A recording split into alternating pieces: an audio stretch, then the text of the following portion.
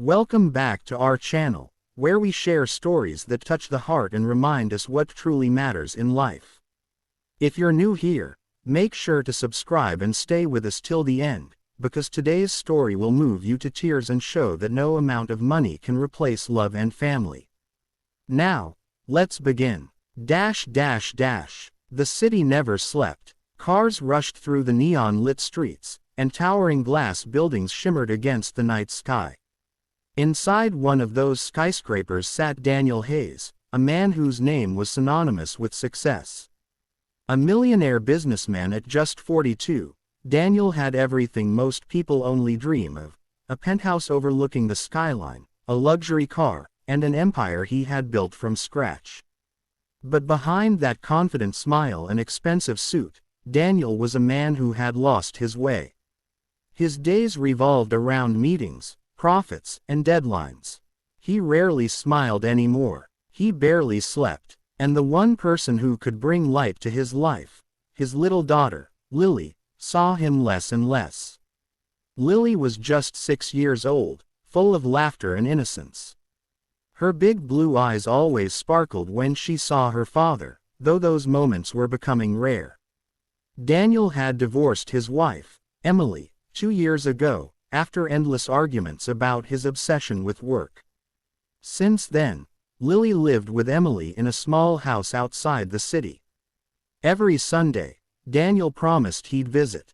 Every Sunday, something came up: a deal, a meeting, a flight. And every time he'd call to say, "I'll come next week, sweetheart." But next week never came. One chilly evening, Daniel sat alone in his office. The city lights glowed beneath him, but he didn't notice. His phone buzzed, an important client calling. He answered immediately, his tone sharp and professional. But before the client could finish, another call started flashing on his screen: Lily. He stared at it for a second. A part of him wanted to ignore it. He was in the middle of something big. But something in his heart whispered, "Answer." He hesitated, then pressed the green button. "Hey, sweetheart," he said, forcing a smile into his voice. "Daddy's a bit busy right now. Can I?" "Daddy." Lily's voice trembled. "It hurts." Daniel froze. The pen in his hand slipped onto the desk. What hurts, baby?" "My tummy. It hurts so bad. Mommy said she's calling the doctor, but she's crying. Daddy, I'm scared." The line went quiet except for her sobs. "Lily, sweetheart, listen to Daddy. I'm coming right now, okay? Just hold on." He hung up before she could reply. Without thinking, he grabbed his coat and keys, rushing out of the office. His assistant tried to stop him, confused, but Daniel didn't even hear her. All he could hear were those words echoing in his mind: "Daddy, it hurts." Rain poured down as he sped through the city, his car slicing through puddles. His heart pounded. He called Emily's number. No answer. Again. Nothing. Panic surged through him. When he finally reached the small suburban street, he saw Emily's car parked outside with the hazard lights blinking. The front door was open. He ran inside. Emily stood in the hallway, her face pale, her eyes red from crying. "Where is she?" he gasped. "She's in the bedroom. The ambulance is coming." Daniel rushed past her. His heart shattered when he saw Lily lying on the bed, her small hand clutching her stomach, tears streaming down her face. "Daddy," she whispered weakly when she saw him. He fell to his knees beside her, holding her tiny hand. "I'm here, sweetheart. Daddy's here." She smiled faintly, but her eyes fluttered. The sound of sirens grew closer. Paramedics rushed in moments later, carefully lifting Lily onto a stretcher. Daniel and Emily followed close behind, their hearts racing as the ambulance sped to the hospital. Hours passed like days. Daniel sat in the waiting room, his hands trembling. The smell of antiseptic filled the air. Emily sat beside him, silent. The doctor finally came out, looking grave. Mr. and Mrs. Hayes, he said gently. Your daughter's appendix ruptured. It caused internal infection. We managed to stabilize her, but she's very weak. Daniel's breath caught. She'll be okay, right? He whispered. The doctor hesitated. We're doing everything we can. Daniel collapsed into the chair, burying his face in his hands. For the first time in years, he felt utterly helpless. All his wealth, all his success, none of it mattered now. He looked through the small window into Lily's room. Tubes and monitors surrounded her tiny body. Each beat pierced through his chest. Hours later, as night turned to dawn, Daniel sat beside her bed, holding her hand. Daddy, she murmured. I'm here, sweetheart. You promise you won't go away again. Daniel's throat tightened. I promise, he whispered. Daddy's not going anywhere. Tears rolled down his face as he realized how much he had missed. Her school plays, her laughter, her hugs. He had been chasing a life that didn't matter, while the one person who needed him most had been slipping away. Emily watched from the doorway. For the first time, she saw something in Daniel she hadn't seen in years: regret. Later that morning, the doctor came in again with cautious optimism. She's responding well to treatment. The next 24 hours will tell us more. Daniel nodded, still holding Lily's hand. He hadn't moved from that chair. When Lily finally opened her eyes properly, she smiled weakly. Daddy. He smiled through tears. Hey, sunshine. She reached for his hand again. Can we go to the park when I get better? He laughed softly, tears falling again. We'll go anywhere you want. Days turned into weeks. Lily recovered slowly, her laughter returning bit by bit. Daniel visited every day, reading her stories, bringing her favorite toys, and sitting beside her for hours. He postponed meetings, ignored calls, and turned off his phone. One afternoon, as they played with crayons, she looked up and said, Daddy, you're funny now. He chuckled. Funny? Yeah, you used to be always serious. Like the men on TV who don't smile. Daniel laughed, shaking his head. I guess I forgot how to smile for a while. But you remember now, she said, grinning.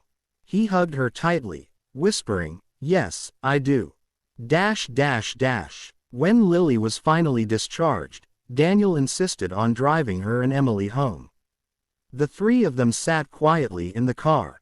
For a moment, it almost felt like old times, before success had built walls between them.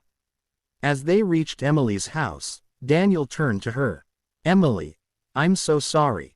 For everything. For not being there. For choosing my work over my family. Emily sighed softly. Daniel, I tried to tell you for years. But you were always somewhere else. In your meetings, your phone, your world. He nodded, eyes glistening. I know, and I can't change the past. But I want to do better. For Lily, for you, for us. She studied him for a long moment, then smiled faintly. Then start by being here. That's all she ever wanted. From that day forward, Daniel changed. He cut his working hours in half.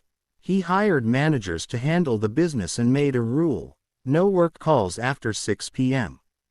He bought a small house closer to Emily and Lily's home, just so he could drop by whenever she wanted him to. Every evening, he picked Lily up from school, holding her hand as they walked home together. Sometimes they'd stop for ice cream. Sometimes they'd just sit in the park watching the sunset. For the first time in his life, Daniel felt rich, not because of his money, but because of love. One evening, months later, Daniel was tucking Lily into bed. She looked up and asked, Daddy, what's the most important thing in the world? He smiled softly. You are, sweetheart. You and Mommy. Family. She giggled. Even more than your work. He laughed. Way more. As she drifted off to sleep, Daniel sat quietly beside her, watching her breathe. He thought about how close he had come to losing her, not just to illness, but to neglect. He whispered to himself, never again. A year later, Daniel sold one of his companies and started a foundation, the Lily Hope Foundation, dedicated to helping sick children from poor families get urgent medical care. He said during the launch, "A little girl's call changed my life forever. She reminded me that the true measure of success is not in what you earn, but in who you love." The audience applauded. Cameras flashed. But Daniel wasn't thinking about fame or headlines. He was thinking about that night, the trembling voice that had saved him from himself. "Daddy, it hurts." Those words, once filled with fear, had become a symbol of hope. A few months later, Daniel took Lily to a small hospital the foundation had helped build. She was now healthy, cheerful, and curious about everything. "Daddy," she said, holding his hand as they entered the children's ward, "why do you help all these kids?" He smiled warmly. "Because I know what it feels like to be scared. And I don't want any other little girl to feel alone like you did that night." She squeezed his hand. "You're the best, Daddy." Daniel knelt down, looking into her eyes. "No, sweetheart, you are my hero." Years went by. Lily grew up, bright and full of compassion. Every year on the anniversary of her recovery, Daniel would take her to the park where they had once promised to go. They'd sit under the same tree, sharing ice cream and laughter. He often told her, "That night changed everything. You saved me, Lily. I thought I was the one saving you, but it was you who brought me back to life." She'd smile and rest her head on his shoulder. "We saved each other, Daddy." And he knew she was right. Soft background music swells. Life has a strange way of teaching us what really matters. Sometimes, it takes pain to open our eyes. Daniel Hayes learned that all the money in the world couldn't buy back lost time or heal a lonely heart. But love could do that. Because sometimes, one small voice saying, "Daddy, it hurts," can heal a heart that forgot how to feel. If this story touched your heart, don't forget to like, share, and subscribe. It helps us bring you more stories that remind us all of what truly matters: love, family, and second chances. Thank you for watching, and we'll see you in the next video.